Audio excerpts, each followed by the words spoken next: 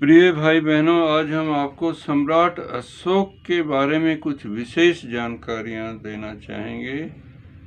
उसमें सबसे बड़ी बात तो यह है कि सम्राट अशोक दुनिया के सबसे ताकतवर राजाओं में से एक हैं, बल्कि वो सबसे ज़्यादा ताकतवर हैं विश्व के राजाओं। सबसे बड़ा राज्य उनका रहा है। उनका राज 52 लाख वर्ग किलोमीटर में था। इतना बड़ा विस्तार किसी राजा का नहीं रहा एक का। उनके राज में 33% दुनिया का हिस्सा था। वो भारत में सम्मिलित था। 33%।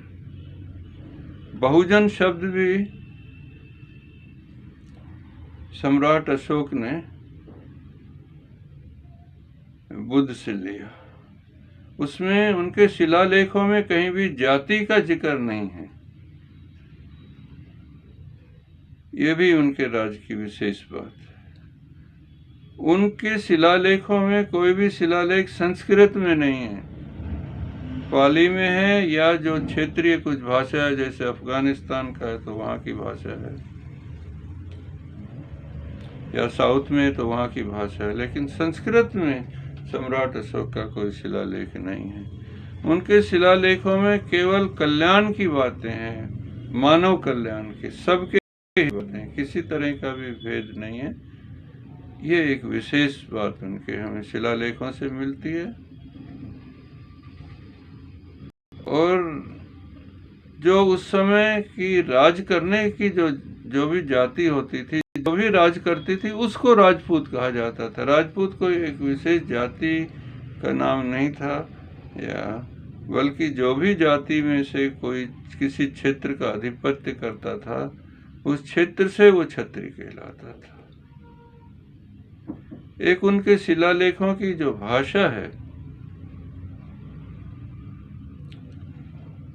वो हमें सबसे प्राचीनतम शब्द हैं जो हमारे पास लिखित में आज इतिहास में उपलब्ध है। उससे पहले भारत में लिखित कोई भी किसी भी भाषा के शब्द प्रमाणिक तौर पर भारत में उपलब्ध नहीं है। उसके समय में जो कला विकसित हुई, वो कला भी भारत में आज भी दुनिया में उसकी प्रशंसा की जाती है। जिस तरह के अशोक जो स्तंभ बनाए गए, उन स्तंभों में जो कला दिखी, एक स्तंभ बुद्ध का प्रतीक के रूप में बनाया जाता था।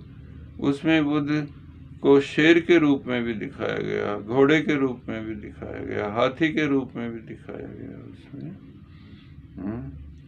और उस समय अशोक के समय में जो इन शिलालेखों पे जो पॉलिश की गई, उस तरह की पॉलिश आज भी कोई विकसित ऐसी नहीं है जो 2000 साल बाद भी जिस पॉलिश को मिट्टी में दबे रहने के बाद चमकदार रही हो।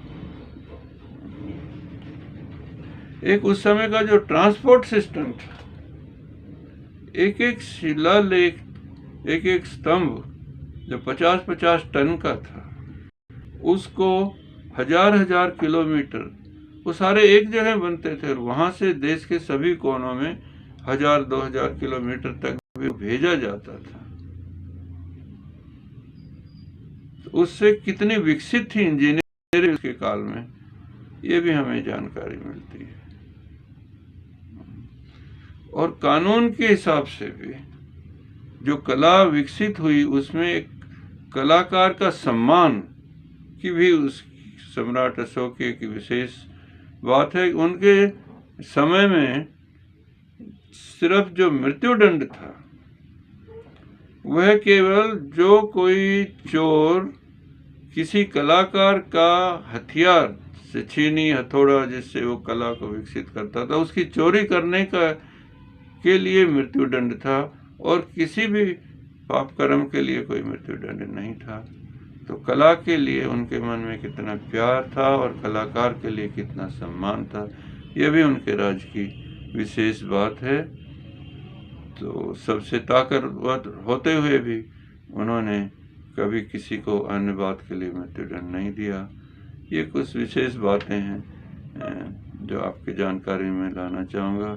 मैं डॉक्टर लाल सिंह फिर आपसे मिलूँगा। आपका मंगल हो, आपका भला हो।